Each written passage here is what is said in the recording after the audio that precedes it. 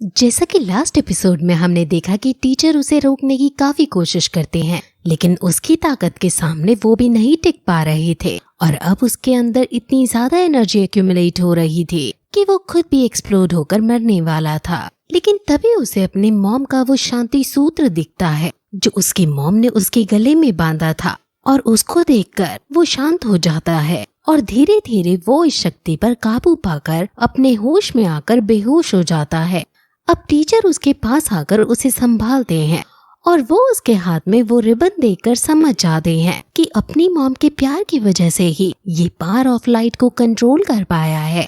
वो फिर उसे ये कहते हैं कि आज से तुम एक सच्चे लाइट के बेटे बन गए हो। अब थोड़ी देर बाद उसकी मॉम उसे बेड पर सुलाकर उसका इलाज कर रही होती है और उसे कहती है कि मेरा बेटा मरते मरते बचा है। मैं आशा करती हूँ कि ये जल्द ही अपने गुस्से को अब काबू करना सीखेगा और इतनी जल्दी नहीं रिएक्ट करा करेगा। हाओशेन की फिर आँख खुल जाती है और वो उठते उठते सबसे पहले यही पूछता है कि टीचर ने उन्हें बुली तो नहीं किया ना।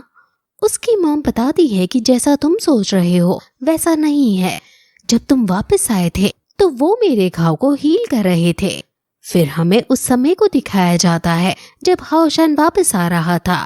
हील करते हुए दोनों एक दूसरे से बातें कर रही हैं और मॉम कहती है जो उस साल हुआ था वो अच्छा होगा तुम ना पूछो। टीचर पूछते भी हैं कि आखिर उस साल ऐसा क्या हुआ था जो तुम मुझसे छुपा रही हो। तुम्हारी इलनेस अभी तक क्योर नहीं हुई है। क्या ये सब उस डेविल की वजह से है। मॉम डेविल का नाम सुनकर तुरंत वहाँ से भाग जाती है और इतने में तुम आ जाते हो और फिर आगे का तुमने देखा ही था। वो हाओशेन को फिर ये भी कहती है कि मेरे पास और भी बहुत कुछ है जो मैं तुम्हें बताना चाहती हूँ। जो तुम्हारे टीचर हैं वो असल में तुम्हारे फादर हैं। हाओशेन ये सुनकर बहुत बुरी तरह चौंक जाता है और जोर से फादर चिल्लाता है। उसकी आवाज सुनकर जिन्यू भागते हुए दीवारों को तोड़ते हुए अपने बेटे के पास आ जाती हैं और उसकी मॉम ये देखकर मजाक में अपना माथा पीटने लगती है क्योंकि हाओशेन को इम्पल्सिव होने की आदत शायद अपने पापा से ही आई है। अब उसकी मॉम हाओशेन को पूरी कहानी बताती है और कहती है कि आज से 10 साल पहले ह्यूमंस और डेमन्स के बीच में बहुत बड़ी बैटल हुई थी। उस बैटल में तुम्हारे पापा सीरियसली इंजर्ड हो गए थे। मुझे डेविल ने किडनैप कर लिया था।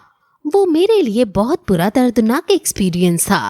जब मैं वापस आए तो मुझे समझ नहीं आ रहा था कि मैं तुम्हारे पापा के सामने क्या मुंह लेकर जाऊं।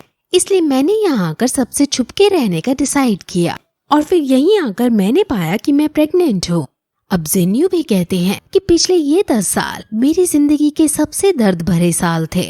मैंने हर जगह तुम्हारी मॉम को खोजने की कोशिश की, लेकिन मुझे उस समय ये नहीं पता था कि मेरा एक बेटा भी है। तुम्हारी मॉम तुमको पहले सीधे सीधे मेरे बारे में बताना चाहती थी, लेकिन मैंने ही उन्हें रोका था क्योंकि शायद तब तुम ये सब सहन नहीं कर पाते और शायद अब मुझे लग रहा है कि सच्चाई तो ये है कि मैं तुम्हें सच्चाई बताना सहन नहीं कर पाता। अब हाओशेन जिन्यू के पास आता है और उसके पास आकर बैठ जाता है। जिन्यू कहता है कि एक बिना बाप का बेटा होने का दर्द मैं समझ सकता हूँ।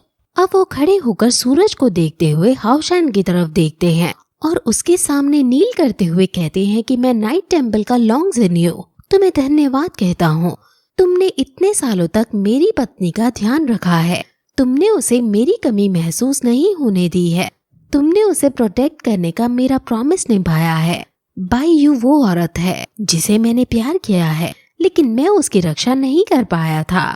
अब हाओशेन कहता है कि जब से मैंने आपको देखा था तब से मैं आपको पसंद करने लगा था और मेरा पूरा बचपन आपके साथ बीता है और मैं हमेशा यही सोचता था कि काश आप मेरे पिता होते। अब वो दोनों एक दूसरे के गले लग जाते हैं और इसी इमोशनल सीन के साथ ये एपिसोड यहीं खत्म हो जाता है।